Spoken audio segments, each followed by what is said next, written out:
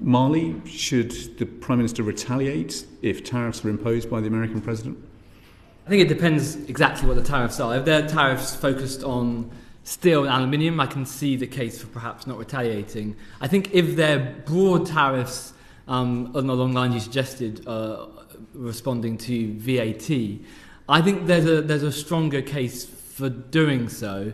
I appreciate the argument that you've made, obviously, that there will be economic impact for imposing tariffs, but I think you've got to think of the kind of the mindset of the US.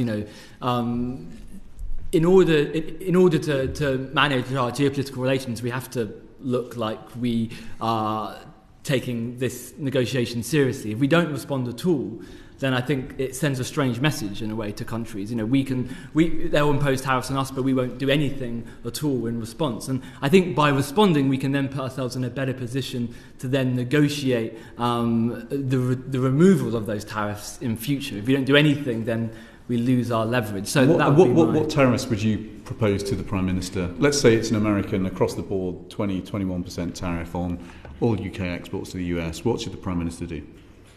Well, obviously there were tariffs that were previously imposed by the EU in the past, the 232 tariffs after the US imposed tariffs on steel and aluminium. So we could resurrect those type of tariffs, and they were targeted things like Harley Davidson's or